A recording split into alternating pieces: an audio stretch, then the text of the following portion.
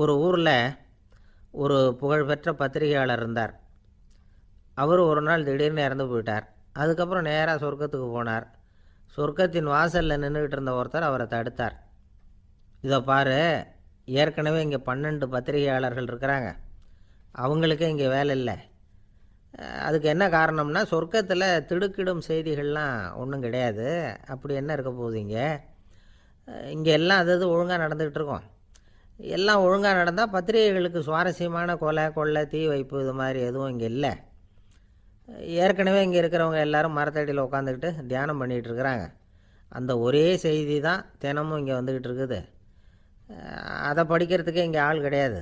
அதனால் நான் என்ன சொல்கிறேன்னா, நீ பேசாமல் நரகத்துக்கே போயிடு. அங்கே எவ்வளவோ நிகழ்ச்சிகள் நடந்துக்கிட்டு இருக்கு. அங்கே தான் அதிகமான பத்திரிகையாளர்கள் தேவைப்படுறாங்க. அங்கே உனக்கு நிறைய வேலை இருக்கும். அதை செய்கிறதில்ல நீயும் மகிழ்ச்சியாக இருக்கலாம் அப்படின்னு சொன்னாராம். அங்கே அந்த சொர்க்கத்தின் வாசலில் நின்றுக்கிட்டு இருந்தவர். இந்த பத்திரிகையாளர் அங்கேயே நின்று கொஞ்சம் யோசனை பண்ணார். இவருக்கு சொர்க்கத்திலே இருக்கணும்னு தான் ஆசை. அதனால் மெதுவாக அவர்கிட்ட பேசினாராம்.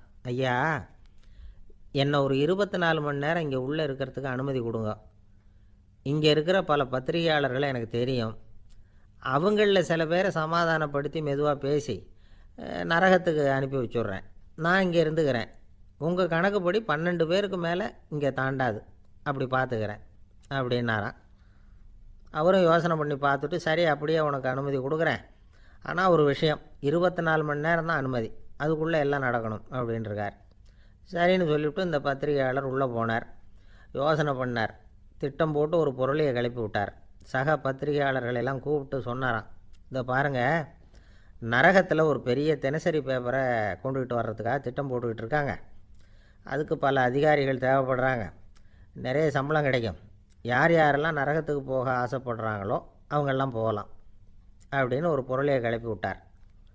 24 மணி நேரம் கழித்து வாசல் பக்கம் போனார். அங்கே இருந்தவர்கிட்ட எத்தனை பேர் வெளியேறினாங்கன்னு விசாரித்தாராம். அப்போ அவர் இவரை, நீ வெளியே போகக்கூடாது, முதல்ல உள்ளே தான் இருக்கணும் அப்படின்னு தடுத்தாராம். அப்புறம் சொன்னாராம், நீ சொன்ன செய்தியை கேட்டதும் இங்கே இருந்த எல்லா பத்திரிகையாளர்களுமே நரகத்துக்கு போயிட்டாங்கப்பா, உள்ளே யாருமே இல்லை, அதனால் நீ உள்ளே இருக்கலாம் அப்படின்னாராம். இதை கேட்டதும் இந்த பத்திரிகையாளரே குழம்பி போயிட்டார். ஒருவேளை உண்மையிலேயே நரகத்தில் புதுசாக பத்திரிகை ஏதாவது ஆரம்பிக்க போகிறாங்களோ அப்படின்னு அவரே நினைக்க ஆரம்பிச்சிட்டாராம். அப்புறம் சொன்னாராம், ஐயா என்னை விட்டுருங்க, நான் நரகத்துக்கே போயிடுறேன், அங்கே ஏதோ விசேஷம் இருக்கணும் அப்படின்னாராம். இல்லைன்னா இத்தனை பேரும் ஒட்டு மொத்தமாக அங்கே போகிறதுக்கு சான்ஸே இல்லை, என்னை தடுக்காதீங்கன்னு கெஞ்ச ஆரம்பிச்சிட்டாராம். மற்றவங்க நம்பணுங்கிறதுக்காக ஒரு பொருளையை கிளப்பி விட்டார். கடைசியில் தானே அந்த பொருளைக்கு ஆளாயிட்டார். அதாவது பிறரை ஏமாற்றிய அவரது மனம் கடைசியில் அவரையே ஏமாற்ற ஆரம்பிச்சுட்டு பாருங்கள். நீங்கள் இப்படி அடுத்தவங்களை ஏமாத்துறதுக்கு உங்கள் மனசை பழக்கப்படுத்துகிறீங்க, ஆனால் கடைசியில் அதனால் நீங்களே ஏமாற்றப்படுகிறீர்கள் அப்படிங்கிறது பெரியவர்களுடைய புத்திமதி. அதனால் உங்கள் மனசுக்கிட்ட ரொம்ப எச்சரிக்கையாக இருங்கோ அப்படிங்கிறாங்க. நம்ம ஆளுங்க அங்கே போய் என்ன சொல்லுவாங்கன்னா, இதை பாரு, அங்கே போகாத இங்கே போகாதேன்னு பயமுறுத்துறது உண்டு. சில பேர் அங்கே பேய் இருக்குது, பிசாசு இருக்குது அப்படின்னு பொருளையை கிளப்பி விடுறது உண்டு. இருட்டு நேரம், காட்டு வழியாக ஒருத்தன் போய்கிட்டு இருக்கிறான். அங்கே பேய் பிசாசு நடமாட்டம் இருக்கிறதாக வதந்தி. இவன் பயந்துக்கிட்டே வேகமாக போகிறான். காடு முடிஞ்சு மெயின் ரோட்டுக்கு வந்து சேர்ந்தான். அப்பாடா, ஒரு பஸ்ஸு நின்றுக்கிட்டு இருக்கு தனியாக. இருட்டில் லேசாக தெரிஞ்சுது. ஓடி போய் ஏறி உள்ளே உட்காந்துக்கிட்டான்.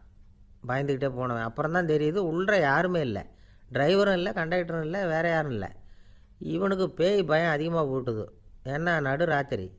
இந்த நேரம் பார்த்து அந்த பஸ்ஸு தானே நகர ஆரம்பிச்சுதான். இவனுக்கு இன்னும் பயம் அதிகமாக போட்டுது. ஏன்னா டிரைவர் சீட்டு காலியாக இருக்குது, பஸ்ஸு நகருது.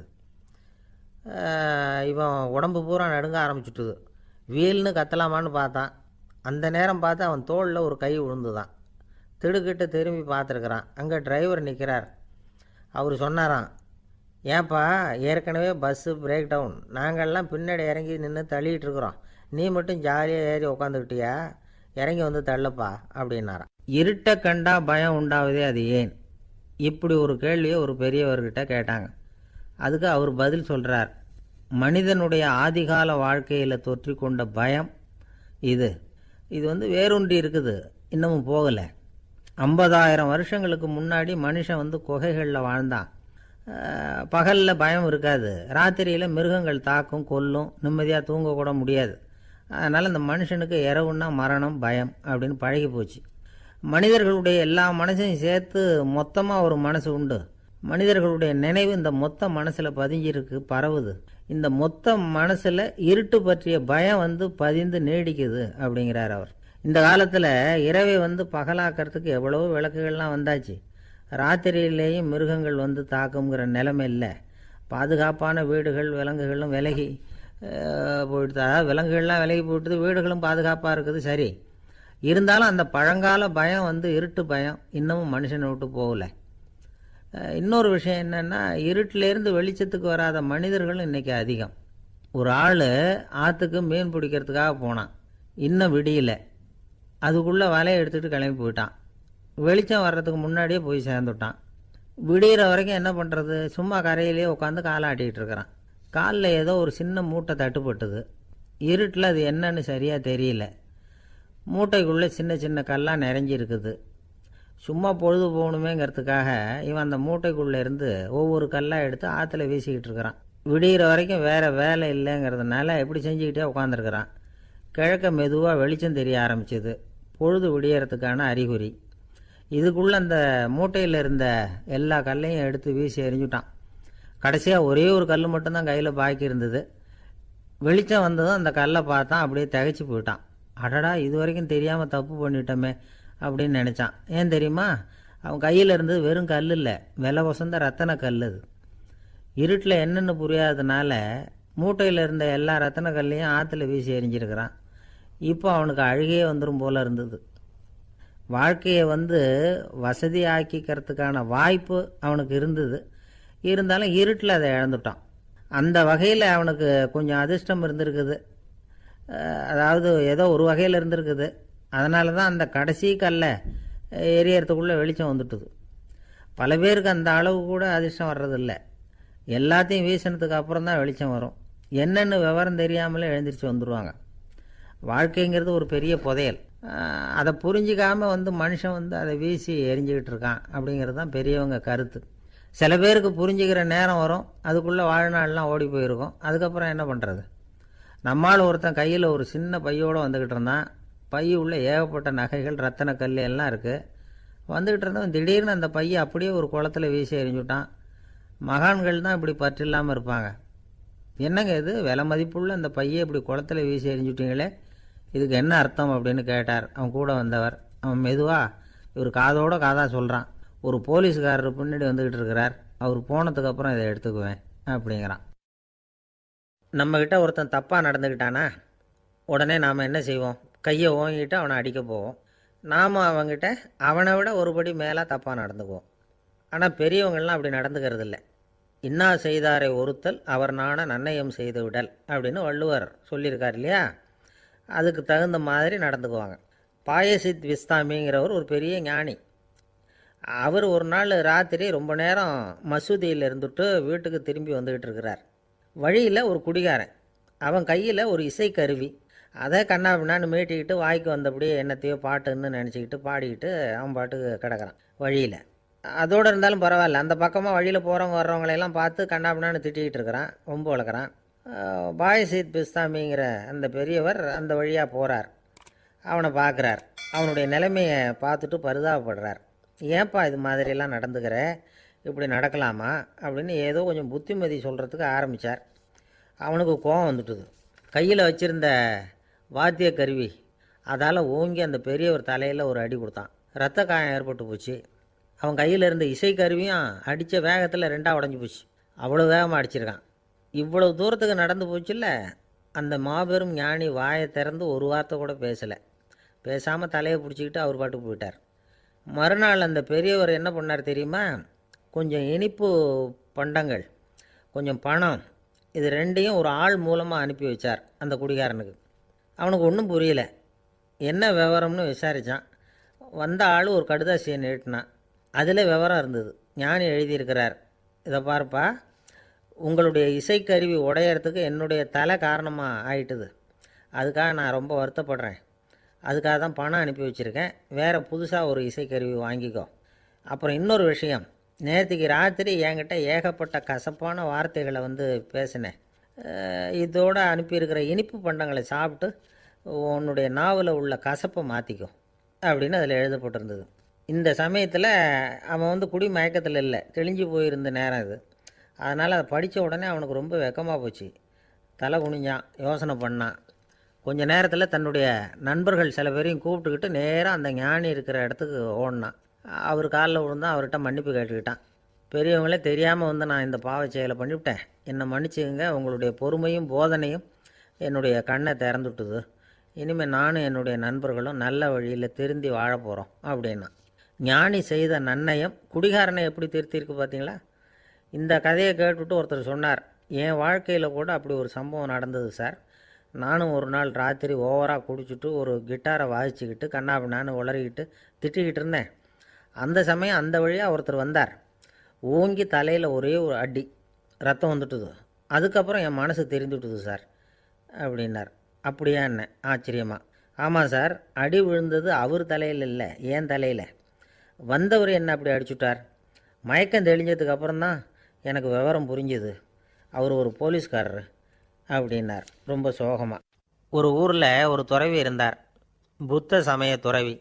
அந்த ஊர் மன்னன் அவரை பற்றி கேள்விப்பட்டிருக்கான். ஒரு நாள் புறப்பட்டு போனான், துறவியின் பாதங்களை தொட்டு வணங்கினான். அதுக்கப்புறம் சொன்னான், ஐயா, நான் உங்களை அரண்மனைக்கு அழைச்சிட்டு போகிறதுக்காக வந்திருக்கிறேன். இனிமேல் நீங்கள் இங்கே எதுக்கு இருக்கணும் அப்படின்னானா. அவன் மனசுக்குள்ளே என்ன நினைப்புன்னா, இவர் எங்கே வரப்போகிறாரு, நான் ரொம்ப எளிமையானவன், எனக்கு எதுக்கு அரண்மனை வாசம்னு சொல்லிவிடுவார் அப்படின்னு நினச்சிருக்கான். ஆனால் அந்த துறவி என்ன பண்ணார் தெரியுமா? அப்படியா, சரி போகலாம், வா, போய் உன் ரதத்தை கொண்டுட்டு வா, அரண்மனைக்கு போகும்பொழுது அதுக்கு தகுந்த மாதிரி ஆடம்பரமாக போகணும் அப்படின்னு விட்டாரான். துறவி இப்படி சொன்னதும் அந்த மன்னனுக்கு மனசுக்குள்ளே சந்தேகம் வந்துட்டுது. இவர் உண்மையிலேயே துறவி தானா, ஏமாத்து பேர் வழி மாதிரி தெரியுதே அப்படின்னு நினச்சிருக்கான். இருந்தாலும் இனிமேல் என்ன பண்ணுறது, சொல்லியாச்சு. ரதத்தை கொண்டுகிட்டு வந்தான். துறவி ஏறி உக்காந்தார். பக்கத்தில் ராஜா. அவர் ரொம்ப உற்சாகமாக வரார், இவன் ரொம்ப சோர்ந்து போய் வரான். துறவி மரத்தடியிலேயே வாழ்ந்து பழக்கப்பட்டவர், அரண்மனையில் எளிமையாக ஒரு இடத்துல உக்காந்துக்குவார் அப்படின்னு நினச்சான். ஆனால் அப்படி இல்லை. அரண்மனைக்கு வந்த உடனே அந்த துறவி அதை கொண்டுட்டு வா, இதை கொண்டுட்டு வான்னு சொல்லி உத்தரவு போட ஆரம்பிச்சிட்டார். அரண்மனையில் இருந்தால் அரசனை மாதிரி இருக்கணும் அப்படிங்கிறார். ராத்திரி பூரா சௌகரியமாக தூங்கினார். பகலில் அரண்மனை தோட்டத்தில் உலாவ வேண்டியது, நீச்சல் குளத்தில் குளிக்க வேண்டியது, இப்படியே பொழுது போக்கிட்டு இருக்கிறார். அந்த அரண்மனையில் துறவி மகிழ்ச்சியாக இருக்கிறார். மன்னனால் அப்படி இருக்க முடியல. அவருக்கு எந்த கவலையும் இல்லை, இவனுக்கு அரசாங்க கவலைகள். துறவி அப்படி இருக்கிறத இவனால் தாங்கிக்க முடியல. ஒரு நாள் அவர்கிட்டயே போய், நான் உங்ககிட்ட கொஞ்சம் பேசணும்னு நானா. துறவி பார்த்தார். நான் இந்த அரண்மனைக்கு வரும்பொழுதே நீ என்னமோ என்கிட்ட கேட்கணும்னு நினச்ச, ஏன் காலதாமதம்?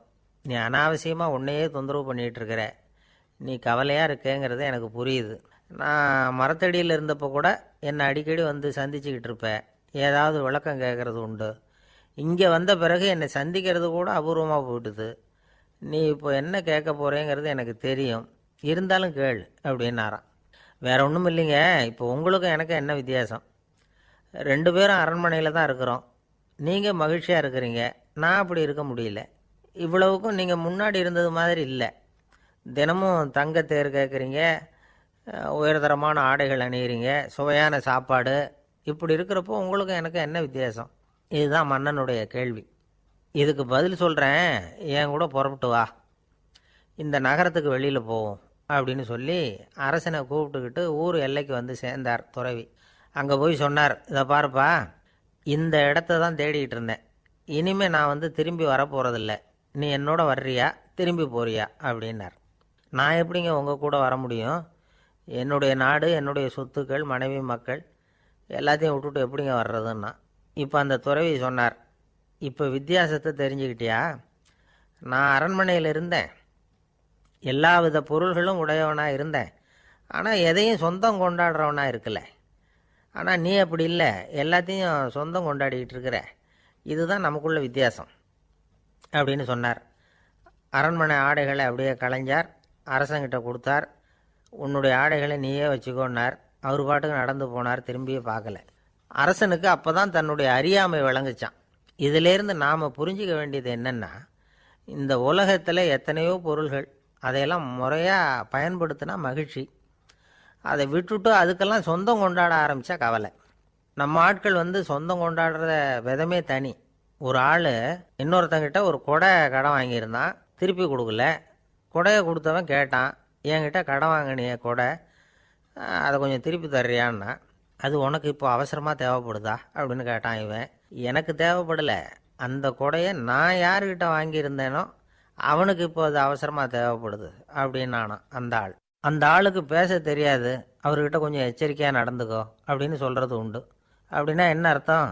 அவர் இன்னமும் குழந்தையாகவே இருக்கிறாரு, இன்னும் பேச்சு வரலன்னு அர்த்தம்? அப்படி இல்லை, அவருக்கு நாகரிகமாக பேச தெரியலன்னு அர்த்தம். பேசுறதுங்கிறது மனுஷனால் மட்டுமே முடியக்கூடிய ஒரு காரியம். அப்படி இருந்தும் அதோட பெருமையை அவன் இன்னமும் சரியாக புரிஞ்சிக்கலைன்னு தான் சொல்லணும். அதனால தான் அவன் அளவுக்கு அதிகமாக வார்த்தைகளை கொட்டி விடுறான். அதுக்கப்புறம் அதையெல்லாம் திருப்பி அள்ள முடியாமல் கிடந்து கஷ்டப்படுறான். கொட்டின வார்த்தையை அள்ள முடியுமா? ஒருத்தரை இன்னைக்கு பார்த்து முட்டாள்னு திட்டி விடுறீங்க, நாளைக்கு மறுபடியும் அவர்கிட்ட போய் நேத்திக்கு ஒன்று முட்டாள்னு சொல்லிவிட்டேன், அந்த வார்த்தையை திருப்பி கொடு, வாங்கிட்டு போயிடுறேன் அப்படி நான் சொல்ல முடியும்? அவன் கோபக்காரனாக இருந்தால் நேத்திக்கு அதை வேறு விதமாக உங்களுக்கு திருப்பி கொடுத்துருப்பான். உலகத்தில் எவ்வளவோ ஜீவராசிகள் இருக்குது, அதுக்கெல்லாம் வாய் இருக்குது. அந்த வாயெல்லாம் எதுக்கு உபயோகம்? சாப்பிட்றதுக்காக. ஆனால் நமக்கு இருக்கிற வாய் சாப்பிட்றதுக்காக மட்டும் இல்லை, பேசுகிறதுக்காகவும் தான். பேச முடியலன்னா வாய் இருந்தால் கூட அது வாயில்லா ஜீவன் தான். ஒரு பையனை பார்த்து அது வாய் உள்ள புள்ள பொழைச்சிக்கும் அப்படின்னா மற்ற பையன்களுக்கெல்லாம் முகத்தில் வாயே இல்லைன்னு அர்த்தம்? அப்படி இல்லை, அந்த பையன் கொஞ்சம் கெட்டிக்காரத்தனமாக பேசுவான்னு அர்த்தம். அதனால் எப்படி பேசணும் அப்படிங்கிறத நாம் முக்கியமாக தெரிஞ்சுக்கணும். இதுக்கு 8 விதமான குறிப்புகளை நம்ம பெரியவங்க சொல்லியிருக்கிறாங்க. பேச்சுக்கு 8 அங்கங்கள் உண்டு அப்படின்னு அவங்க சொல்கிறாங்க. அதெல்லாம் என்னென்ன அப்படின்னா, உண்மை, நன்மை, அன்பு, நிதானம், இனிமை, ஆழம், சமயமறிதல், சபையறிதல். இந்த 8 தன்மையும் பேச்சில் இருக்கணுமா. இதையே கொஞ்சம் விவரமாக சில பேர் போர்டில் எழுதி வச்சுருப்பாங்க. அதாவது எழுத்துலையாவது அதெல்லாம் இருக்கட்டுமே அப்படின்னு நினச்சி நீங்கள் கூட சில இடங்களில் இதை பார்த்துருக்கலாம். அதாவது உண்மையே பேசுக, நன்மையே பேசுக, அன்பாக பேசுக, நிதானமாக பேசுக, இனிமையாக பேசுக, ஆழமுடையதாக பேசுக, சமயமறிந்து பேசுக, சபையறிந்து பேசுக, இப்படி எழுதி வச்சுருப்பாங்க. இந்த 8 அம்சமும் சரியாக பொருந்தி இருந்தால் தான் அது பேச்சு. மற்றதெல்லாம் பேச்சாகிடாது. பேச்சு ஒரு சிறந்த கலை. எல்லாத்தையும் விட பேசாமல் இருந்தும் பழகணும், அது ரொம்ப முக்கியம். உண்மையே பேசணும். சத்தியத்துக்கு மதிப்பு கொடுக்குறவங்கள தான் சரித்திரம் மதிக்கும். உண்மை பேசினா மட்டும் போதாது, அந்த உண்மையில் நன்மை கலந்துருக்கணும். கொலைகாரனுக்கு பயந்துக்கிட்டு ஒருத்தன் உங்கள் வீட்டுக்குள்ளே ஒளிஞ்சிருக்கிறான். அந்த முரட்டை ஆசாமி கையில் அறிவாளோடு அவங்க வந்தானான்னு உங்ககிட்ட கேட்குறான்னு வச்சுங்க. உண்மை தான் உயர்வு தரும் அப்படின்னு நினச்சிக்கிட்டு, ஆமாம் உள்ளே தான் இருக்கிறான், அடுப்பங்கரையில் குதிருக்கு பின்னாடி உட்காந்துருக்கிறான், போய் பிடிச்சிட்டு போங்க அப்படின்னு நான் சொல்லுவீங்க? அது நன்மை இல்லாத உண்மை. அதனால் பிரயோஜனம் கிடையாது. அதே மாதிரி உங்கள் பேச்சில் அன்பு இருக்கணும், நிதானம் இருக்கணும், இனிமை இருக்கணும், சிந்தித்து பேசணும். சமயம் அறிந்து பேசுகிறதும் முக்கியம். அதை பற்றி நமக்கு வேறு யாரும் சொல்லிக் கொடுக்க வேண்டியதில்லை. எந்த நேரத்தில் யாருக்கிட்ட எப்படி பேசினா காரியம் நடக்கும் அப்படிங்கிறது நமக்கு நல்லா தெரியும். அது கைவந்த கலை. அவையறிந்து பேசுகிற திறமை பேச்சாளர்களுக்கு ரொம்ப அவசியம். அது இல்லைன்னா நிலைமை பரிதாபமாகிடும். ஒரு பேச்சாளர் ரொம்ப மும்முரமாக பேசிக்கிட்டே இருந்தாராம். ரொம்ப நேரம் நிறுத்தவே இல்லை, பேசிக்கிட்டே இருக்கிறார். சபையில் இருந்தவங்கெல்லாம் ஒவ்வொருத்தராக எழுந்திரிச்சு போய்கிட்டே இருக்கிறாங்க.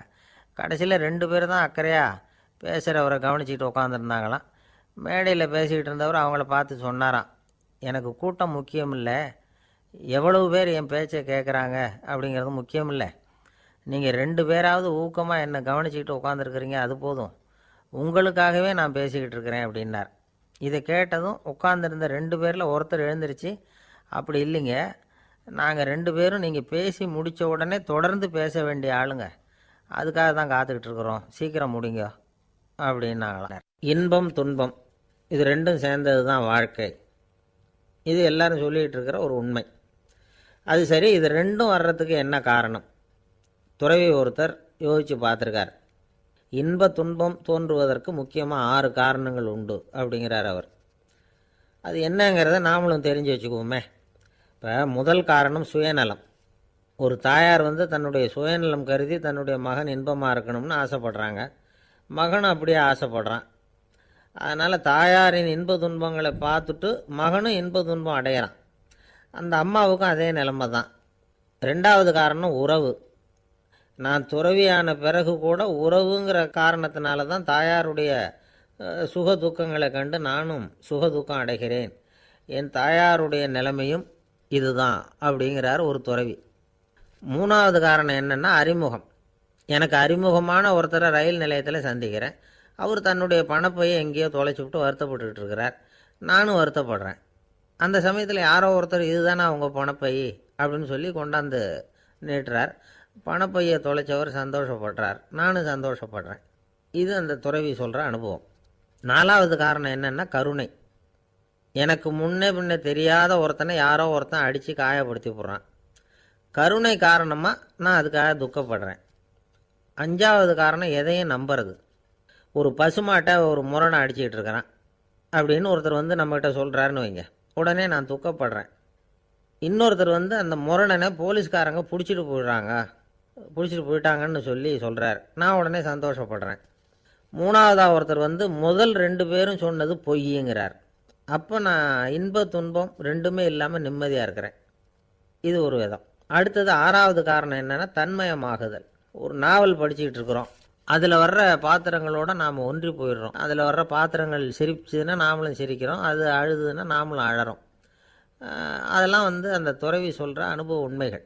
இன்ப துன்பம் இது ரெண்டும் தோன்றுவதற்கு சுயநலம், உறவு, அறிமுகம், கருணை, எதையும் நம்புறது, தன்மயமாகிறது, இது எல்லாம் தான் முக்கிய காரணம் அப்படின்னு அவர் சொல்கிறார். ஆகக்கூடி ஒட்டு மொத்தமாக யோசனை பண்ணி பார்த்தா பிற பொருள்கள் மீது பற்றுதல் காரணமாக தான் நாம் வந்து இன்ப துன்பம் அடையிறோம் அப்படிங்கிறத புரிஞ்சிக்க முடியுது. மனுஷன் வந்து இன்ப துன்பம் அடையிறதுக்கு 7வது காரணம் கூட ஒன்று உண்டு அப்படின்னு சொல்லிகிட்டே வந்தார் ஒருத்தர். அது என்ன அப்படின்னு கேட்டோம். அதுதான் சார் இந்த நீங்கள் சொல்லிட்டு வர்ற இன்று ஒரு தகவல்னார். எப்படி சொல்கிறீங்கன்னு கேட்டோம். இன்று ஒரு தகவல் கேட்க ஆரம்பிக்கிறப்போ மனசில் இன்பம், ஆரம்பித்த உடனே இது ஏற்கனவே கேட்ட சமாச்சாரமாச்சே அப்படின்னு நினைக்கிறப்போ துன்பம் அப்படின்னு அதுக்கு ஒரு விளக்கம் கொடுத்தார் அவர். கடற்கரை ஓரமாக ஒரு பெரியவர் கையால் மணலை கீறிக்கிட்டே உட்காந்துருக்கிறார். என்னத்தையும் தேடிட்டு இருக்கிறது மாதிரி தெரிஞ்சுது. மெதுவாக கிட்டத்தில் போய் என்னத்தை தேடிட்டு இருக்கிறீங்க அப்படின்னு கேட்டோம். அவர் சாவகாசமாக நிமிர்ந்து பார்த்து நிம்மதியை தேடிட்டு இருக்கிறேன்னார். நாங்கள் ஒரு மாதிரி ஆகிட்டோம். இருந்தாலும் சமாளிச்சுக்கிட்டு, சார் மணலில் வந்து கிழிஞ்சல் தான் கிடைக்கும், நிம்மதி கிடைக்காது அப்படின்னோம். சரி, இன்றைக்கி வசமாக நம்மகிட்ட ஒரு ஆள் மாட்டிக்கிட்டார் அப்படின்னு நினச்சி அவர் பக்கமாக போய் உட்காந்துக்கிட்டு கதை சொல்ல ஆரம்பிச்சிட்டோம். ஒரு பெரிய மன்னர் இருந்தார். அவருக்கு எல்லா வசதியும் இருந்தது. இருந்தாலும் ஒரே ஒரு குறை. அது என்னென்னா நிம்மதி இல்லைங்கிற குறை. அரண்மனையில் தினமும் கலை நிகழ்ச்சி, நாட்டியம் எல்லாம் நடந்துக்கிட்டு தான் இருந்தது. இருந்தாலும் நிம்மதி இல்லை. சரி, நிம்மதி எங்கே கிடைக்கும் அப்படின்னு தேட ஆரம்பித்தார். உடனே அதுக்கான முயற்சிகளில் தீவிரமாக இறங்கினார். நாட்டில் உள்ள தத்துவ மேதைகளெல்லாம் கூப்பிட்டுக்கிட்டு வர சொன்னார். எல்லாரும் வந்து சேர்ந்தாங்க. அவங்கள பார்த்து நிம்மதி எங்கே இருக்குது அப்படின்னு விசாரித்தார். அவங்களுக்கு அது தெரிஞ்சால் ஏன் இப்படி ராஜா முன்னாடி வந்து நின்றுட்டு இருக்க போகிறாங்க? ராஜாவோட கேள்விக்கு ஒவ்வொருத்தரும் ஒவ்வொரு மாதிரி விளக்கம் கொடுக்க ஆரம்பிச்சிட்டாங்க. எந்த பதிலும் ராஜாவுக்கு திருப்தி அளிக்கக்கூடிய அளவுக்கு இல்லை. சரி, போயிட்டு வாங்கன்னு சொல்லி அவங்களெல்லாம் அனுப்பி வச்சுட்டார். ஒரு நாள் அவர் மாளிகையில் உப்பரிகையில் நின்றுக்கிட்டு இருக்கிறார். அந்த சமயத்தில் தெருவில் ஒரு பிச்சைக்காரன் ரொம்ப உல்லாசமாக பாட்டு பாடிக்கிட்டே போய்கிட்டு இருக்கிறான். குரலில் ஒரு சந்தோஷம், நடையில் ஒரு மிடுக்கு. அவங்ககிட்ட கொஞ்சம் கூட கவலை இருக்கிறதா தெரியல. உடனே ராஜா அதை பார்த்தார். ஏவலாளிகளை வந்து கைதட்டி கூப்பிட்டார். உடனே ஓடி போய் அந்த பிச்சைக்காரனை இங்கே அழைச்சிட்டு வாங்கன்னு உத்தரவு போட்டார். இவங்க உடனே ஓடி போய் அவனை கூப்பிட்டாங்க. அரண்மனைக்கு வாழ்ந்தாங்க. அவன் வரல. அரண்மனைக்குள்ளே அடி எடுத்து வைக்க மாட்டேன்னு சொல்லிவிட்டான். ராஜா கிட்ட வந்து விஷயத்தை சொன்னாங்க. அவருக்கு ரொம்ப ஆச்சரியம், இப்படி ஒரு ஆள் இருக்கிறானா அப்படின்னு. சரி, அவன் என்ன தான் சொல்கிறான் அப்படின்னு விசாரித்தார். இவங்க மறுபடியும் தெருவுக்கு போய் கேட்டாங்க. என்னை பார்க்கணும்னா ராஜா விருப்பப்பட்டார்னா அவரை வேணும்னா இங்கே வர சொல்லுங்க அப்படின்னு சொல்லிவிட்டான். அதை வந்து ராஜா கிட்ட சொன்னாங்க. அவருக்கு கோபம் வரல. இவ்வளவு சுதந்திர உணர்வோடு இருக்கிறவன் சாதாரண ஆளாக இருக்க முடியாது அப்படின்னு நினச்சார். உடனே கிடுகிடுன்னு இறங்கி தெருவுக்கு வந்தார். பிச்சைக்காரங்கிட்ட போனார். நீ கவலைப்படாமல் சந்தோஷமாக பாடிக்கிட்டு போறியே, அது எப்படி முடியுது உன்னால் அப்படின்னு கேட்டார். ஏன் அப்படி கேட்குறீங்கன்னு அவன், அதுக்கு இல்லை, எனக்கு அரண்மனையில் எவ்வளவோ சுகபோகங்கள்லாம் இருக்குது, இருந்தாலும் நிம்மதி இல்லை. இது ஏன்னு எனக்கு தெரியல. இந்த தேசத்தில் உள்ள அறிஞர்களை எல்லாம் கூப்பிட்டு கேட்டு பார்த்துட்டேன், அவங்களுக்கும் தெரியல. உன்னை கேட்டால் தெரியும்னு நினச்சேன், அதனால தான் சந்திக்கிறதுக்கு ஆசைப்பட்டேன். ஆனால் நீ வரமாட்டேன்னு விட்டியே அப்படின்னார். பிச்சைக்காரன் கடகடன்னு சிரிக்க ஆரம்பிச்சிட்டான். மகிழ்ச்சிக்கும் உங்களுக்கும் தடையாக இருக்கிறது இந்த மாளிகை தான். இதை விட்டுட்டு வெளியில் வந்துட்டா நிம்மதி தேடிட்டு வந்துடும்னா. நான் அரசன், எனக்குன்னு கடமைகள் இருக்குது, அதையெல்லாம் விட்டுட்டு எப்படி வர முடியும்னார் ராஜா. ரெண்டும் ஒரே நேரத்தில் கிடைக்கணுங்கிறது முடியாத காரியம். உங்கள் சுகபோகத்துக்கு விலையாக தான் உங்கள் நிம்மதியை கொடுத்துக்கிட்டு இருக்கிறீங்க. என்ன பாருங்க, என்கிட்ட எதுவும் இல்லை, அதனால் எதுவும் போயிடுமோங்கிற பயமும் இல்லை, நிம்மதியாக இருக்கிறேன் அப்படின்னா அவன். ராஜா உடனே சந்தோஷப்பட்டு தன்னுடைய மேலங்கியை எடுத்து அவனுக்கு பரிசாக கொடுத்தாரான். அவன் சிரிச்சுக்கிட்டே அதை வாங்க மாட்டேன்னு விட்டானான். இதை நீங்கள் எனக்கு கொடுக்கறதுனால எந்த பயனும் இல்லை, அதே நேரத்தில் அதை வாங்கிட்டேன்னா அடுத்த வினாடியிலேருந்து அதை எப்படி காப்பாற்றுறதுங்கிற கவலை எனக்கு வந்து சேர்ந்துடும், அப்புறம் தூக்கம் வராது, நிம்மதி போயிடும் அப்படின்னானா. சொல்லிவிட்டு அவன் பாட்டுக்கு சந்தோஷமாக பாடிக்கிட்டே போயிட்டான். நிம்மதி எங்கே இருக்குங்கிறதையும் ராஜா தெரிஞ்சுக்கிட்டார். அந்த இடத்துக்கு தன்னால் போக முடியாதுங்கிறதையும் அவர் புரிஞ்சுக்கிட்டார். இப்படி இந்த கதையை அந்த கடற்கரையில் மணலை கீறிக்கிட்டே உட்காந்துருந்தார அந்த பெரியவர்கிட்ட சொல்லி முடித்தோம். அவர் முகத்தில் ஒரு தெளிவு தெரிஞ்சுது. எங்களை நிமிர்ந்து பார்த்தார். ரொம்ப நன்றிங்க, இப்போ எனக்கு தெரிஞ்சு போச்சு, நிம்மதி வேணும்னா அதுக்கு என்ன பண்ணணும்னு இப்போ நல்லா புரிஞ்சுக்கிட்டேன் அப்படின்னார். என்ன புரிஞ்சுக்கிட்டீங்கன்னு கேட்டோம். இனிமேல் இந்த பக்கம் வந்தால் உங்கள் கண்ணில் படாத இடமா பார்த்து உட்காரணும்னு புரிஞ்சுக்கிட்டேன் அப்படின்னார். இன்றைக்கு பல பேர் உயில் எழுதி வைக்கிறாங்கல்ல. இந்த உயில்னா என்ன? அதாவது ஒரு நபர் தனக்கு பின்னாடி தன்னுடைய சொத்துக்கள் யாருக்கு போய் சேரணும்னு நினைக்கிறாரோ அந்த நினைப்பை சட்டப்படி உறுதிப்படுத்துறது தான் உயில். சரி, உயிலை யார் எழுதலாம்? 18 வயசு பூர்த்தியான யாரும் உயில் மூலமாக சொத்துக்களை விநியோகிக்கலாம். கண் பார்வை இல்லாதவங்க, காது கேளாதவங்க, வாய் பேச முடியாதவங்க, இவங்கெல்லாம் கூட உயில் எழுதி வைக்கலாம். புத்தி சுவாதீனம் இல்லாதவங்க கூட சில சமயம் புத்தி தெளிவாக இருந்தால் உயில் எழுதலாமா. குடிபோதையில் இருக்கிறவங்க, தாங்கள் என்ன செய்கிறோங்கிறது தெளிவாக அறிய முடியாதவங்க, நோய் நொடியில் இருக்கிறவங்க, இவங்கெல்லாம் உயில் எழுத முடியாது. ஒருத்தரை நிர்பந்தப்படுத்தி ஏமாற்றி அல்லது சுய நினைவில்லாத ஒருத்தர்கிட்ட எழுதி வாங்கி வைக்கிற உயில் செல்லாது. உயிலை இந்த முறையில் தான், இந்த படிவத்தில் தான் எழுதணும்னு சட்டத்தில் விதி எதுவும் கிடையாது. இதுக்கு முத்திரை கட்டணமும் கிடையாது. உயிலை வெற்று காகிதத்தில் எழுதலாம். அச்சடிக்கணும், டைப் அடிக்கணுங்கிற அவசியம் கூட இல்லை. கையாலேயே கூட எழுதலாம். எழுதி இருக்கிறது புரியணும், அவ்வளவுதான். குறைந்தபட்சம் 2 சாட்சிகளை வச்சுக்கிட்டு உயில் எழுதுகிறவர் அதில் கையெழுத்து போடணும். கையெழுத்து போட தெரியாதுன்னா இடது கை பெருவிரல் ரேகை வைக்கலாம். உயில் சாசனத்துக்கு சாட்சிகள் கையெழுத்து இல்லைன்னாலும் அது செல்லாது. அப்புறம் ப்ரிவிலேஜ்டு வில் அப்படின்னு இருக்கு, அதுக்கு மட்டும் சாட்சிகள் தேவையில்லை. அது என்னென்னா, இந்த விமானப்படை, கப்பல் படை அல்லது யுத்தத்தில் பணிபுரியும் நபர்கள் அவங்கெல்லாம் இருக்கிறாங்க இல்லையா, அப்படிப்பட்டவங்க எழுதுகிற உயில் அது. அதுக்கு சில விசேஷ சலுகைகள் உண்டு. ஒருத்தர் முதல்ல ஒரு உயில் எழுதி வைக்கிறார், அதுக்கப்புறம் மனசு மாறி போகுது, அது வேணாம்னு நினைக்கிறார், ரத்து செஞ்சுடலாம். அதுக்கப்புறம் வேறு உயிலும் எழுதலாம். உயிரோடு இருக்கிற வரைக்கும் எத்தனை தடவை வேணும்னாலும் உயில் எழுதலாம். கடைசியாக எழுதப்பட்ட உயில் சட்டப்படி சரியாக இருந்தால் அதுதான் அமலுக்கு வரும். சரி, எழுதுகிற உயிலை ரகசியமாக வச்சுருக்கிறது எப்படி? இது ஒரு கேள்வி. இதுக்கு என்ன செய்யணும்னா, ஒருத்தர் உயிலை எழுதினதுக்கு அப்புறம் அவர் தானாவோ அல்லது அங்கீகரிக்கப்பட்ட முகவர் மூலமாகவோ, அதாவது ஒரு ஏஜெண்ட் மூலமாகவோ, ஒரு கவரில் போட்டு சீல் வச்சு கவர் மேலே தன்னுடைய பெயரை எழுதி அல்லது அந்த ஏஜெண்ட் பெயரை எழுதி கவர் மேலே என்ன அடக்கம் செய்யப்பட்டிருக்கு, உள்ளே என்ன இருக்குது அப்படிங்கிற விவரம்லாம் எழுதி சார் பதிவாளர்கிட்ட ஒப்படைக்கலாம். இதுக்கு கட்டணம் உண்டு. அதுக்கப்புறம் எப்போ தேவைப்படுதோ அப்போ ஒரு மனு கொடுத்து அந்த கவரை திரும்ப வாங்கிக்கலாம். இப்போ எழுதுகிற உயிலை இவ்வளவு நாளுக்குள்ளே பதிவு செய்யணுங்கிற கால வரையறை உண்டா அப்படின்னு ஒரு கேள்வி வரலாம் இல்லையா? எப்போ வேணும்னாலும் பதிவு செய்யலாம். நம்மால் ஒருத்தர் ஒரு நாள் ரொம்ப அவசரமாக வந்தார். இந்த உயில் எழுதுறது சம்பந்தமாக பூரா விவரமும் எனக்கு உடனே தெரியணும்னார். நான் உடனே அவரை வக்கீல் ஒருத்தர்கிட்ட அழைச்சிட்டு போனேன். இவர் அவர்கிட்ட எல்லா விவரமும் கேட்டு தெரிஞ்சுக்கிட்டார். ரொம்ப தேங்க்ஸ்ன்னு சொல்லிவிட்டு 2 பேரும் வெளியில் வந்தோம். அதுக்கப்புறம் இவர்கிட்ட கேட்டேன், ஆமாம் இவ்வளவு விவரமாக கேட்குறீங்களே, உங்களுக்கு எத்தனை பிள்ளைங்க சார் அப்படின்னு கேட்டேன். 6 பேர் சார் அப்படின்னார். சரி, இருக்கிற சொத்து எவ்வளவுன்னு கேட்டேன். அதை இனிமே தான் சம்பாதிக்க போகிறேன் அப்படின்னார். வயிறு பசிக்குதேங்கிறது சிலரோட கவலை, வயிறு பசிக்க மாட்டேங்குதே அப்படிங்கிறது சில பேரோட கவலை. 2 விதமான கவலைக்கும் வயிறு தான் காரணமாக இருக்குது. வயிறு பசிச்சதுன்னா அது இயற்கை, வயிறு பசிக்கலைன்னா அது வியாதி.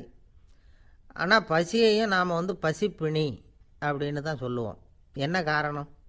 வியாதியை போக்க வேண்டியது எவ்வளவு முக்கியமோ அதை விட முக்கியம் பசியை போக்க வேண்டியது. ஒரு சமுதாயத்தில் பசிப்பிணியே இருக்கக்கூடாது. அதுதான் நல்ல சமுதாயம். பசியை போக்கணும்னா சாப்பாடு போடணும், பசியின்மையை போக்கணும்னா வைத்தியம்தான் பண்ணணும். இது சம்பந்தமாக எவ்வளவோ ஆராய்ச்சிகள் நடக்குது, நிறைய மருந்து கண்டுபிடிச்சிருக்கிறாங்க. நம்ம உடம்புல பசியை தூண்டக்கூடிய பகுதி எது, இதை முதல்ல தெரிஞ்சுக்கணும் இல்லையா? நாம் சாப்பிட்ற ஆகாரம் செரிக்கிறதுக்கு எது காரணம் தெரியுமா? நம்ம மூளையோட பின்பகுதி தான் அதுக்கு காரணமாக இருக்குதாம். மூளையின் பின்பகுதியில் நரம்பு செல்களால் ஆன 2 வகையான ஆரக்சின்கள் தான் பசியை உண்டாக்குது அப்படின்னு கண்டுபிடிச்சிருக்கிறாங்க. 2 ஆய்வாளர்கள் இதை கண்டுபிடிச்சிருக்காங்க. அவங்க 2 பேரும் டெக்சாஸ் பல்கலைக்கழகத்தில் ஹார்வர்டு ஹக்ஸ் மருத்துவ கல்வி நிலையத்தில் பணிபுரிகிறவங்களாம். உண்பது தேவைங்கிறது உணரப்படும் போது மூளையின் அந்த குறிப்பிட்ட பகுதி ஆரக்சின் அப்படிங்கிற ஹார்மோன்களை சுரக்கும். அது பசி உணர்வை தூண்டும் அப்படிங்கிறது தான் அந்த ஆய்வாளர்களின் கண்டுபிடிப்பு. இந்த ஆரக்சின் வேறு சில உயிரினங்கள்லேயும் உண்டு. இப்போ எலிகளில் கூட இது இருக்குது. அதனால் எலிகளை வச்சு இது சம்மந்தமாக ஆராய்ச்சி பண்ணாங்க. எலிகள் உடம்பில் ஆரக்சினை செலுத்தி பார்த்தாங்க. உடனே என்னாச்சு தெரியுமா? அந்த எலியெல்லாம் பசியால் துடிக்க ஆரம்பிச்சுட்டுது. எதையாவது தின்னு பசியை தீர்த்தா போதுங்கிற அளவுக்கு அந்த எலிகள்லாம் அல்லாட ஆரம்பிச்சுட்டுது. இயல்பாக சாதாரணமாக அந்த எலிகள் எவ்வளவு சாப்பிடுமோ அது மாதிரி 8 முதல் 10 மடங்கு அதிகமான ஆகாரத்தை 1 மணி நேரத்துக்குள்ளே சாப்பிட்டு தீர்த்துட்டு தான். சில எலிகளின் மூளையில் இந்த ஆரக்சின் அளவை கட்டுப்படுத்தி பார்த்துருக்குறாங்க. உடனே என்னாச்சு தெரியுமா? அதெல்லாம் சாப்பாட்டை கண்டால் முகத்தை திருப்பிட்டு போக ஆரம்பிச்சுட்டு தான். அந்த எலிகளுக்கு பசி எடுக்கலையாம். இந்த ஆராய்ச்சியின் அடிப்படையில் பசியை எடுக்காமல் இருக்கிற மனிதர்களுக்கும் பசியை தூண்ட முடியும் அப்படின்னு சொல்லி ஆராய்ச்சியாளர்கள் தெரிவிச்சிருக்கிறாங்க. ஆக ஆரக்சின் தான் பசிக்கு காரணம்ங்கிறது தெரிஞ்சு போச்சு. சரி, இந்த ஆரக்சின் அப்படின்னா என்ன? அது ஒரு கிரேக்க சொல். அதுக்கு பசின்னு அர்த்தம். நம்ம ஆளுங்களுக்கெல்லாம் பசியை தூண்டுறதுக்கு மருந்து தேவையில்லை, பசியை குறைக்கிறதுக்கு தான் மருந்து தேவை. ஒரு அம்மா டாக்டரை தேடி வந்தாங்களாம். டாக்டர், எங்கள் வீட்டுக்காரருக்கு திடீர்னு அகோர பசி, நிறைய சமைச்சு போடுறேன், அவ்வளவையும் சாப்பிட்டுட்டு கீழே கிடக்கிற குப்பை கூலங்களையும் எடுத்து சாப்பிட ஆரம்பிச்சுட்றார், இது என்னன்னு கவனித்து பாருங்கள் அப்படின்னாங்களாம். எவ்வளோ நாளாக அப்படி இருக்குதுன்னு கேட்டிருக்காரு டாக்டர். 1 வாரமாக அப்படி இருக்குதுன்னாங்களாம். இவ்வளவு நாளாக ஏன் சும்மா இருந்தீங்க? ஆரம்பத்திலே இங்கே அழைச்சிட்டு வர வேண்டியது தானே அப்படின்னாரான் டாக்டர். அது ஒன்றும் இல்லை டாக்டர், வீடு பூரா சுத்தமாகட்டுமேன்னு பார்த்துக்கிட்டு இருந்தேன் அப்படின்னாங்களாம் அந்த அம்மா. உங்கள் மேலே எனக்கு அளவு கடந்த அன்பு அப்படின்னு யாராவது சொன்னால் அதை அலட்சியமாக நினச்சிடக்கூடாது. அது கொஞ்சம் சீரியஸான விஷயம். அளவுக்கு மிஞ்சினா எதுவுமே இடைஞ்சல் தானே. அன்பும் அப்படி தான். அன்பு அதிகமாக இருந்தால் அது எப்படி கெடுதல் பண்ணும் அப்படிங்கிற சந்தேகம் உங்களுக்கு வரலாம். தசரதன் கதை என்னாச்சு?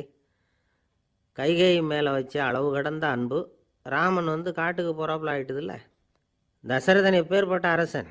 விஸ்வாமித்திரர் சொல்கிறார், என்ன மாதிரி முனிவர்களுக்கும் தேவர்களுக்கும் ஏதாவது கஷ்டம் வந்தால் முதல்ல முருகன்கிட்ட போவோம், அப்புறம் பரமசிவனை போய் பார்ப்போம், அதுக்கப்புறம் திருமால்கிட்ட போவோம், அப்புறம் பிரம்மன் இந்திரன் இவங்களெல்லாம் போய் பார்ப்போம், இவங்களாலையெல்லாம் முடியலன்னா கடைசியில் அயோத்திக்கு வருவோங்கிறார். உன்னை விட்டால் வேற கதி உண்டோ அப்படின்னு தசரதனை பார்த்து விஸ்வாமித்திரரே சொல்கிறார். அப்பேற்பட்ட அரசன் தசரதன் கைகேயி காலில் விழறான். உன் பாதங்களை தொட்டு கெஞ்சி கேட்டுக்கிறேன், ராமனை காட்டுக்கு அனுப்பாதேங்கிறான். தசரதனுடைய இந்த நிலைமைக்கு என்ன காரணம்? அவன் கைகேயி மேலே வச்ச அளவு கடந்த அன்பு தான் காரணம். இப்போ சொல்லுங்கள், அன்பாக இருந்தாலும் அது அளவுக்கு மீறி போனால் கெடுதல் பண்ணுமா பண்ணாதா? அது மட்டும் இல்லை, அளவு கடந்த அன்பு நீதிக்கும் நியாயத்துக்கும் புறம்பான காரியங்களையும் செய்ய வச்சிரும். தசரதன் மிகச்சிறந்த நீதிமான், தர்மத்துக்கு விரோதமாக ஒரு காரியமும் செய்யாதவன். அப்பேற்பட்டவன் தன்னுடைய மனைவியை பார்த்து என்ன சொல்கிறான் தெரியுமா?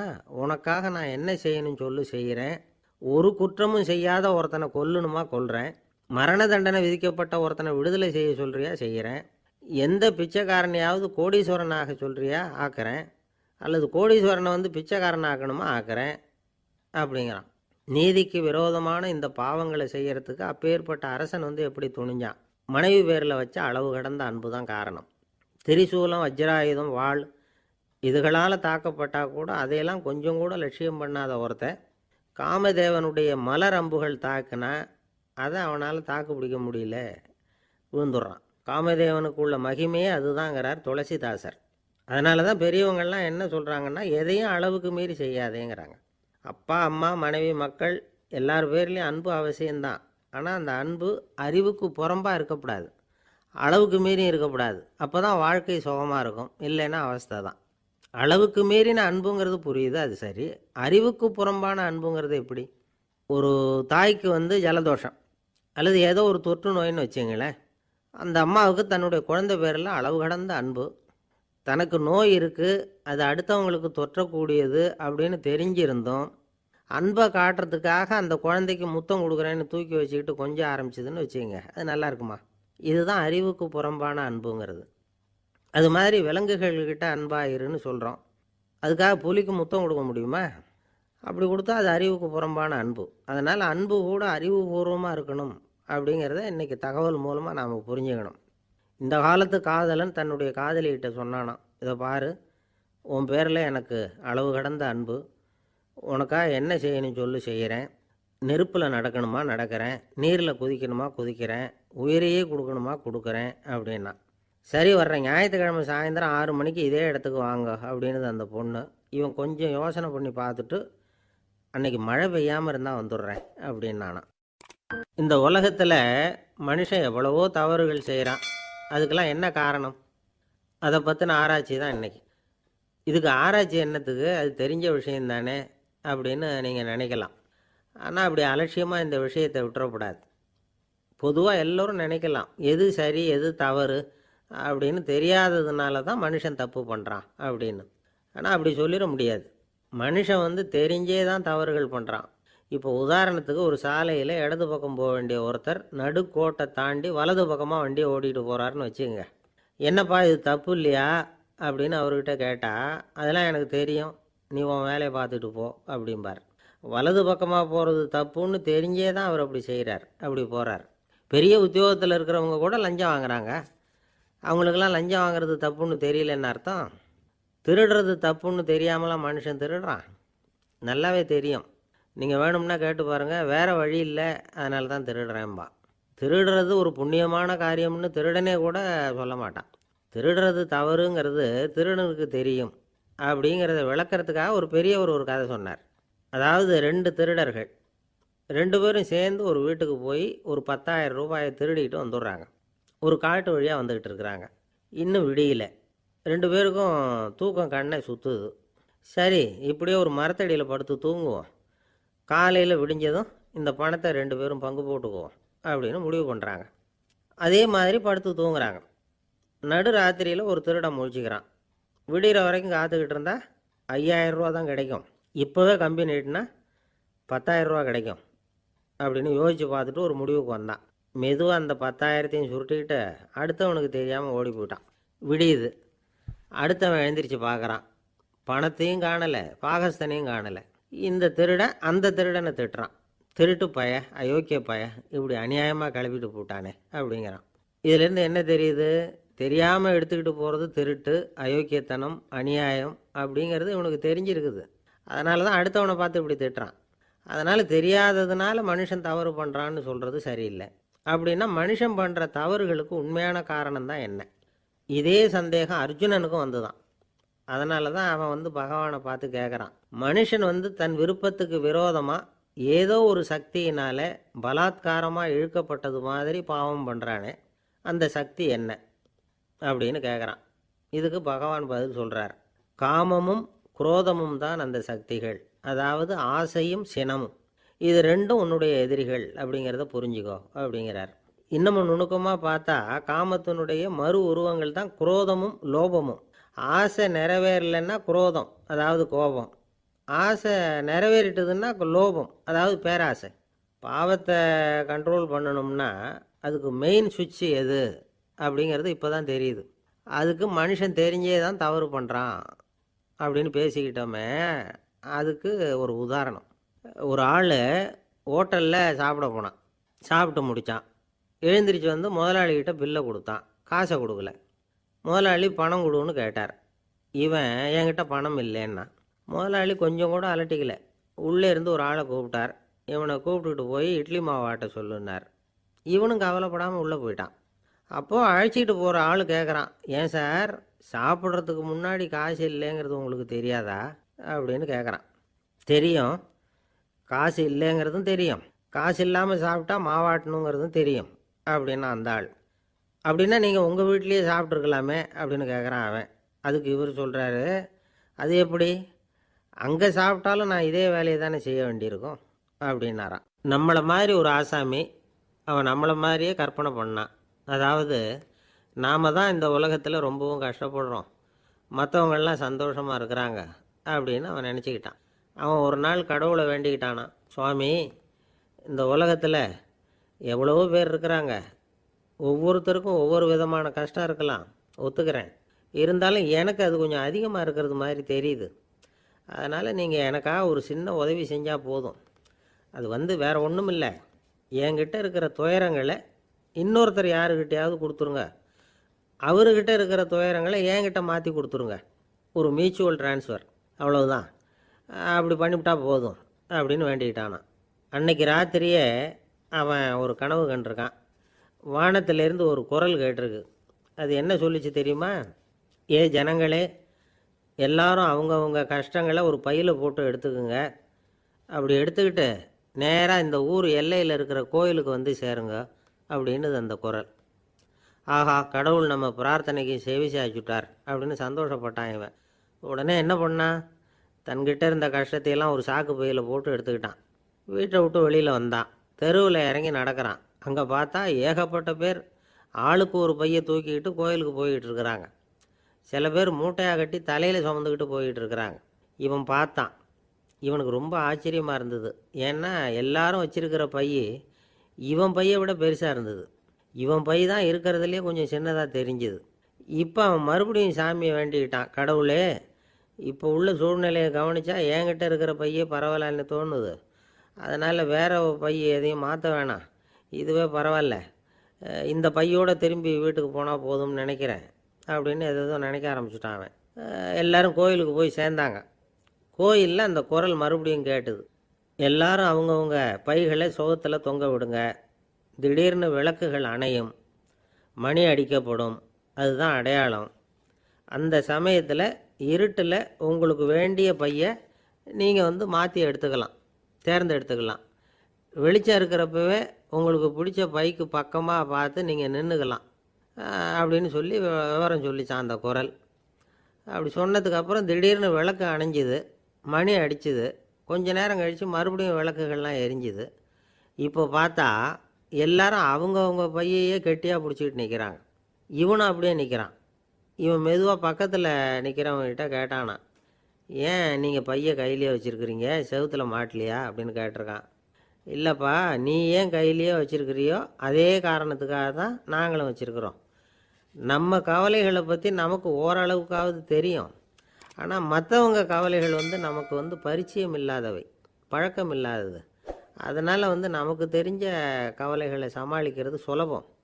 தெரியாததை சமாளிக்கணும்னா மறுபடியும் ஆரம்பத்திலேருந்து ஆரம்பிக்கணும். அதனால் பழைய நண்பர்களோடு வாழறது தான் மேல் அப்படின்னு நானான். அதுக்கப்புறம் அவன் தன்னோட பையே போதும்னு வீட்டுக்கு திரும்பி வந்துட்டானான்.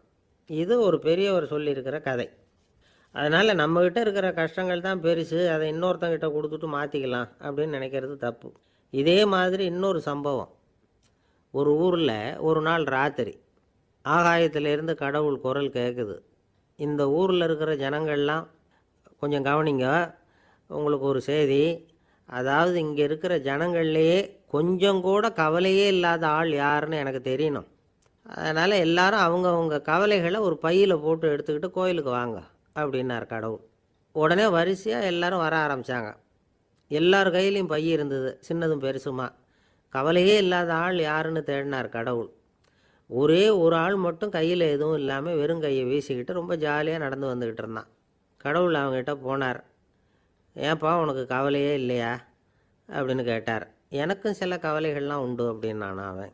எங்கே அதெல்லாம்னு கேட்டிருக்கார் கடவுள்.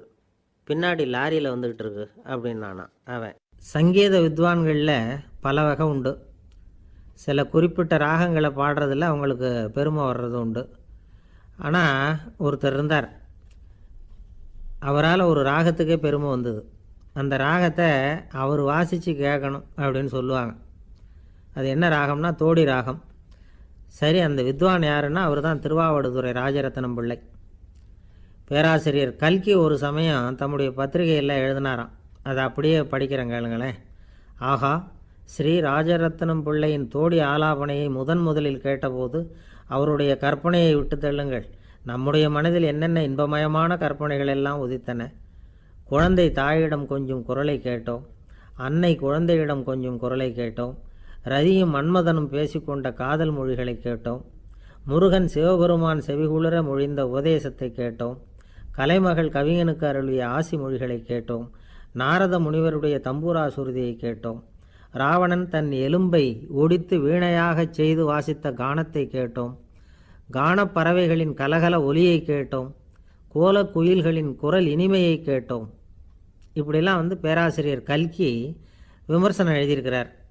திருவாவடுதுறை ராஜரத்னம் பிள்ளை அவர்களுடைய வாசிப்பை கேட்டுட்டு டிஎன் ராஜரத்னம் பிள்ளை இறந்து போனார். அப்போது கவிஞர் கண்ணதாசன் எழுதினார், செவியனில் ஓடி எங்கள் சிந்தையில் ஓடி இந்த புவியெல்லாம் ஓடி நின்பார் பொங்கிய தோடி வேறெங்கு எவரிடம் போகும் ஐய இனி அதை காப்பார் யாவர் அவிந்தனின் சடலத்தோடே அவிந்தது தோடிதானும் அப்படின்னு எழுதினாராம். அந்த அளவுக்கு அவருடைய தோடியை ரசித்தவர்கள் உண்டு. அதே மாதிரி தோடின்னா என்னன்னு தெரியாமலே அவரை ரசித்தவங்களும் அந்த காலத்தில் உண்டு. அதாவது ஒரு பெரிய சபையில் இவர் வாசிச்சுக்கிட்டு இருக்கிறார். பாதியில் ஒரு பெரிய மனுஷன் உள்ளே வந்தார். அவர் உடம்புல பட்டு வேஷ்டி, ஜருகை, அங்கவஸ்திரம், வாயில் வெத்தலை, வாசனை புகையில, காதில் வைரக்கடுக்கன், கழுத்தில் தங்க சங்கிலி, கை விரல் பூரா மோதிரம், கையில் ஒரு வெள்ளி வெத்தலை புட்டி, உதவிக்கு 2 பேர் பக்கத்தில். இவ்வளவு பந்தாவோடு வரார் கச்சேரி கேட்குறதுக்கு. இப்படி வந்தவர் முதல் வரிசையில் உட்கார்ந்தார். வித்வான் வாசித்து முடித்ததும் இவர் அவரை பார்த்து, ஐயா, நீங்கள் தோடி வாசிக்கிறதுல ரொம்ப கெட்டிக்காரர்னு கேள்விப்பட்டிருக்கேன், அதை கேட்குறதுக்காக தான் மெனக்கிட்டு வந்திருக்கிறேன், அதை வாசிங்களேன் அப்படின்னாராம் இந்த பெரியவர். ராஜரத்னம் பிள்ளைக்கு ஒன்றும் புரியல. ஏன்னா இது வரைக்கும் அவர் வாசிச்சுக்கிட்டு இருந்ததே அந்த தோடி ராகத்தை தான். அதை வாசித்து முடித்ததும் அதை வாசிங்களேன்னு இவர் கேட்குறார். அப்படின்னா இவரோட ஞானம் எப்படிப்பட்டது? இவ்வளவும் கேட்டுட்டு இப்படி கேட்குறாரே அப்படின்னு அவர் யோசிச்சிருக்கிறார் ராஜரத்னம் பிள்ளை. உடனே என்ன பண்ணார் தெரியுமா? பக்கத்தில் ரொம்ப சாதுவாக சுருதி போட்டுக்கிட்டு இருந்த ஒரு முதுகில் ஓங்கி ஒரு குத்து விட்டாராம். அவருக்கு ஒன்றும் புரியல, எதுக்கு நம்மளை அடிக்கிறார் இவர், நம்மளை குத்துறாரு வித்வான்னு. அவர் அதிர்ச்சியால் இவர் நிமிர்ந்து பார்த்துருக்கார். அப்போ ராஜரத்னம் பிள்ளை சொன்னாராம், ஏய்யா ஐயா பெரிய மனுஷன், என்னுடைய பரம ரசிகர், தோடி ராகம் கேட்கணுங்கிறதுக்காக இவ்வளோ தூரம் வந்திருக்கிறார், வரிசையில் உட்காந்துருக்கார். நீ இந்த சமயம் பார்த்து தோடி ராகம் வாசிக்கிற நாதஸ்வரத்தை வீட்டில் வச்சுட்டு வந்துட்டியே, இப்போ ஐயாவுக்காக அந்த ராகத்தை நான் எப்படி வாசிக்கிறது அப்படின்னு சொல்லிவிட்டு மறுபடியும் முதுகில் ஒரு அடி கொடுத்தாராம். அடி வாங்கினவருக்கே சிரிப்பு அடக்க முடியலையா. ஒரு மனுஷனை பார்த்து என்கிட்ட வாலாட்டாதே அப்படின்னு சொன்னால் அவன் நம்மக்கிட்ட ஏதோ வம்புக்கு வர்றான்னு அர்த்தம். ஒரு நாயை பார்த்து யாரும் என்கிட்ட வாலாட்டாதே அப்படின்னு சொல்கிறது இல்லை. ஏன்னா நாய் வாலாட்டுனா அது நம்மக்கிட்ட தன்னுடைய நன்றியை தெரிவிக்கிறதாக நினச்சிக்கிட்டு இருக்கிறோம். ஆனால் அது அப்படி இல்லை அப்படின்னு சொல்கிறாங்க அது சம்பந்தமான நிபுணர்கள். ஒரு நாய் தன்னுடைய வாலை இந்த பக்கமும் அந்த பக்கமுமா இப்படியும் அப்படியும் ஆட்டிக்கிட்டு இருந்தா அது பதட்டத்தில் கூட இருக்கலாம். நாய் நட்பாக இருந்தாலும் வாலாட்டும், ஆத்திரத்தில் இருந்தாலும் வாலாட்டும், கோபத்தில் இருந்தாலும் வாலாட்டும், குழப்பத்தில் இருந்தாலும் வாலாட்டும், மகிழ்ச்சியாக இருந்தால் கூட அது வாலாட்டும். அதை நாம் தப்பாக புரிஞ்சுக்கிட்டு அதுக்கிட்ட போய் மாட்டிக்கக்கூடாது. நாயை பற்றி எனக்கு நல்லா தெரியும் அப்படின்னு சொல்கிறவங்க கூட அதுக்கிட்ட கடி வாங்கிட்டு நிற்கிறது உண்டு. நிபுணர்கள் என்ன சொல்கிறாங்க தெரியுமா? எப்போவுமே நாய்கள் திடீர்னு கடிச்சு விடுறதில்ல, கடிக்கிறதுக்கு முன்னாடி சில அறிகுறிகளை காட்டும். அதை சரியாக புரிஞ்சுக்கிட்டோம்னா தப்பிச்சுக்கலாம். ஒரு வீட்டுக்கு போகிறீங்க, அங்கே புதுசாக ஒரு நாயை பார்க்குறீங்க, உடனே அதுக்கிட்ட போய் குனிஞ்சி சிரிச்சுக்கிட்டே அது தலையில் தட்டுறீங்க. இது ரொம்ப தப்பான். ஒரு நாய் இன்னொரு நாயை நேருக்கு நேர் பார்த்து பல்ல காட்டுனா அது தன்னுடைய தன்முனைப்பை காட்டுதுன்னு அர்த்தமா. உன்னை விட நான் பெரியவன் அப்படின்னு சொல்லுதுன்னு அர்த்தம். அதனால் நீங்கள் அது மாதிரி கிட்ட போய் சிரிக்கிறோம் அப்படின்னு நினச்சிக்கிட்டு பல்ல காட்டினா உங்களையும் எதிரியாக நினச்சிரும். இன்னொரு விஷயம் என்னென்னா, தலையில் தட்டுனா நாய்க்கு பிடிக்காது. அது தன்னை அடக்கிறதாகவும் அச்சுறுத்துறதாகவும் நினச்சிக்கிட்டு இருக்கும். சரி, அப்படின்னா புதுசாக ஒரு இடத்துல அல்லது வீட்டில் நாய்க்குட்டியை பார்த்தா என்ன பண்ணுறது? நீங்கள் சும்மா இருங்க, அதுவாக கிட்ட வரட்டும். அதுக்கப்புறம் அதுக்கிட்ட கனிவாக பேசுங்க. கன்னம், மார்பு, தோல் இங்கெல்லாம் தட்டலாம், தப்பு இல்லையா? தலையில் தான் தட்டப்படாதான். ஒரு நாய் உங்களை நோக்கி ஓடி வருது, நீங்களும் ஓடுனா அது துரத்த ஆரம்பிச்சிடும். அசையாமல் சில மாதிரி நின்றுடுங்க, அது கிட்ட வராது. அதுக்கு ஆர்வம் இல்லாமல் போயிடும். ஒரு தெருவில் சின்ன பிள்ளைங்க நிறைய பேர் விளையாடிக்கிட்டு இருக்கிறாங்க. அப்போ சில நாய்கள் அங்கே ஓடி வருது. எல்லாரும் ஓடினாங்க. அப்படி ஓடுறப்போ ஒரு பையன் கால் தடிக்க கீழே விழுந்துட்டான். என்னாச்சு தெரியுமா? துரத்திக்கிட்டு வந்த நாய்கள்லாம் கீழே விழுந்தவனை ஒன்றும் செய்யலை, அவன்கிட்டே போகல. ஓடிக்கிட்டு இருந்தாங்கல்ல பசங்க, அவங்கள துரத்திக்கிட்டு அவங்க பின்னாடி ஓடிச்சான். அதுதான் நாய்களுடைய சுபாவம். ஒரு நாய் நம்மளை நேருக்கு நேர் முறைச்சி பார்க்குதுன்னு வச்சுங்க, நாமளும் அதை முறைச்சி பார்க்கக்கூடாது. நாம் வேறு பக்கம் எங்கேயாவது பார்க்க ஆரம்பிச்சிடணும். ஒரு நாய் கோபமாக இருந்ததுன்னா அதோட வால் உறுதியாக நேராக நிற்கும். ஒரு நாய் பணிந்து போனால் அல்லது பயந்து போனால் அது தன்னோட வாலை காலுக்கு நடுவில் வச்சுக்கும். ஒரு நாய் நம்மளை பார்த்து பயந்து நிற்கிதுன்னு வச்சுங்க, அதனால் நமக்கு ஆபத்து இல்லைன்னு நினச்சிடக்கூடாது. உங்களை பார்த்துட்டு ஒரு நாய் ஒடுங்குச்சுன்னா நீங்கள் விலகி போயிடணும் அப்படின்னு அது நினைக்குது. நிறைய பேர் பயந்து போன நாயால் கடிபடுறாங்க. இவன் நம்மளை விட பெரிய ஆள், மாட்டிக்கிட்டோம், வேறு வழி இல்லை அப்படிங்கிற நினப்பில் தான் நாய் கடிக்க ஆரம்பிக்குதான். இதே மாதிரி சங்கிலியால் கட்டி போடப்பட்டிருக்கிற நாயும் ஆபத்தானது தான். தொடர்ந்து கட்டி போட்டிருந்தா காலப்போக்கில் அது ஒரு மாதிரி ஆகிடும். நாய் குழந்தைகளை கடிக்காது அப்படின்னு சில பேர் சொல்லுவாங்க. அதுவும் ஒரு தவறான நம்பிக்கை. அதனால் சின்ன குழந்தைகளை தனியாக நாயோட விளையாட விடக்கூடாது. ஆகக்கூடி நாயை பற்றி நிறைய விஷயம் புரிஞ்சுக்க வேண்டியிருக்குது. ஒருத்தர் தன்னுடைய நண்பர் வீட்டுக்கு போயிருந்தார். அவசியம் எங்கள் வீட்டில் சாப்பிட்டுட்டு தான் போகணும் அப்படின்னு ரொம்ப அன்பாக சொல்லிவிட்டார். அதை மீற முடியல இவரால். சரின்னு உட்காந்துட்டார். சாப்பாடு போட்டாங்க, சாப்பிட ஆரம்பித்தார். அவங்க வீட்டில் கட்டி போட்டிருந்த நாய்க்குட்டி இவர் சாப்பிட்றத முறைச்சி பார்த்துது. ஏன் இப்படி என்ன அது முறைச்சி பார்க்குது உங்கள் வீட்டு நாய்க்குட்டி அப்படின்னு அவர் கேட்டார்.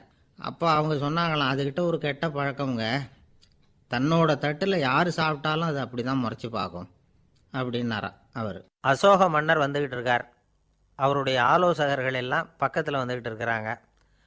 அந்த சமயத்தில் எதிரில் ஒரு புத்த பிக்ஷு வர்றார். அசோகர் பார்க்குறார். ஓடி போய் அவர் காலில் விழுந்து வணங்குறார். அசோக மன்னரின் தலை அந்த புத்த துறவியின் பாதத்தில் பட்டுக்கிட்டு இருக்கு. பக்கத்தில் நின்றுக்கிட்டு இருந்த அமைச்சருக்கு இது ரொம்ப சங்கடமாக போச்சு. ரொம்ப வருத்தப்பட்டார். நம்ம அசோக சக்கரவர்த்தி எப்பேற்பட்டவர், அவரோட தலை ஒரு சன்னியாசியின் பாதத்தில் படுறதா அப்படின்னு நினச்சி ரொம்ப கவலைப்பட்டார். அரண்மனைக்கு திரும்பினதும் அமைச்சர் மெதுவாக ஆரம்பித்தார். அரசே, எனக்கு ரொம்ப வருத்தமாக இருக்குது அப்படின்னார். எதுக்குன்னார் மன்னர். அசோக சக்கரவர்த்தியின் தலை, அதாவது அந்த சிரம், ரொம்ப மதிப்புமிக்க ஒன்று. அது ஒரு சன்னியாசியின் காலில் படலாமா அப்படின்னார். அசோகர் பதில் சொல்லலை, சிரித்தார், போயிட்டார். அதுக்கப்புறம் ஒரு சரியான சந்தர்ப்பத்துக்காக காத்துக்கிட்டு இருந்தார். ஒரு நாள் அமைச்சரை கூப்பிட்டார். எனக்கு 3 தலைகள் வேணும் அப்படின்னார். சொல்லுங்க, கொண்டுகிட்டு வரேன் அப்படின்னார் அமைச்சர். அசோகர் சொன்னார், முதல்ல எனக்கு தேவையானது ஒரு ஆட்டின் தலை, 2வது ஒரு புலியின் தலை, 3வது ஒரு மனிதனின் தலை. இதுதான் அசோகர் கேட்டது. எங்கே இருந்தாலும் கொண்டு வாங்கன்னார். அமைச்சர் புறப்பட்டார். ஆட்டுத்தலை, புலித்தலை கிடச்சிட்டுது. அப்புறமா ஒரு சுடுகாட்டுக்கு போய் ஒரு மனித தலையும் சேகரம் பண்ணிட்டு ராஜா கிட்ட வந்துட்டார். அரசே, உங்கள் ஆணைப்படி 3 தலைகளையும் கொண்டு வந்திருக்கிறேன்னார். அசோகர் பார்த்தார். ரொம்ப நல்லது, இப்போ இது 3ஐயும் எடுத்துக்கிட்டு போய் சந்தையில் விற்றுட்டு வாங்க அப்படின்னார். அமைச்சர் அதுகளை எடுத்துக்கிட்டு சந்தைக்கு போனார். முதல்ல ஆட்டுத்தலை நல்ல விலைக்கு விற்று போச்சு. நல்ல விலை கொடுத்து வாங்கிட்டு போட்டாங்க. அடுத்தபடியாக புலி தலையை ஒருத்தர் வாங்கிட்டார். அதை பாடம் பண்ணி வீட்டில் மாட்டி வைக்கலாமே அப்படின்னு நினச்சி அதையும் வாங்கிட்டு போட்டார். மனித தலையை மட்டும் வாங்கிறதுக்கு யாரும் முன் வரலை. எல்லாரும் அதை பார்த்துட்டு விலகி போக ஆரம்பித்தாங்க. அமைச்சர் திரும்பி வந்தார். அரசே, இந்த தலையை மட்டும் யாரும் வாங்க மாட்டேங்கிறாங்க அப்படின்னார். சரி, பரவாயில்ல, இதை இலவசமாகவே இனாமாவே யாருக்கிட்டையாவது கொடுத்துட்டு வந்துடுங்க அப்படின்னார். அமைச்சர் மறுபடியும் சந்தைக்கு போனார். இதை இலவசமாக தரேன், இதை வாங்கிக்கோங்க அப்படின்னார். அப்பவும் அதை யாரும் வாங்கிக்கிறதுக்கு தயாராக இல்லை. மறுபடியும் திரும்பி மன்னர்கிட்ட விவரத்தை சொன்னார். இப்போ மன்னர் சொல்கிறார், அமைச்சரே, உயிர் இருக்கிற வரைக்கும் தான் இந்த தலைக்கு மதிப்பு. ஜீவன் போனதுக்கப்புறம் அதோட மதிப்பும் போயிடுது. அதனால் மதிப்பு இருக்கும் பொழுதே பெரியவர்கள் பாதம் பணிந்து அந்த புனிதத்தை பெற்றுக்கொள்ளணும் அப்படின்னார். பணிவுங்கிறது வேற, அடிமைத்தனம்ங்கிறது வேற. பெரியவர்களை பணிவது நமக்கு பெருமை தரக்கூடிய விஷயம். இதை மனசில் வச்சுக்கிட்டு எப்போ காலில் விழணும், எப்போ காலில் விழக்கூடாது அப்படிங்கிறத முடிவு பண்ணிக்கணும். ஒரு சாதாரண ஆள் நடந்து வந்துக்கிட்டு இருந்தார். எதிரில் வந்த ஒரு பெரிய மனுஷன் ஓடி போய் அவர் காலில் விழுந்து தன்னுடைய தலையை அவர் பாதத்தில் கொண்டு போய் வச்சார். கொஞ்ச நேரம் கழித்து எழுந்திரிச்சு வந்துட்டார். வந்த பிறகு இவரை கேட்டேன், ஏன் திடீர்னு ஓடி போய் அந்த ஆள் காலில் விழுந்தீங்க,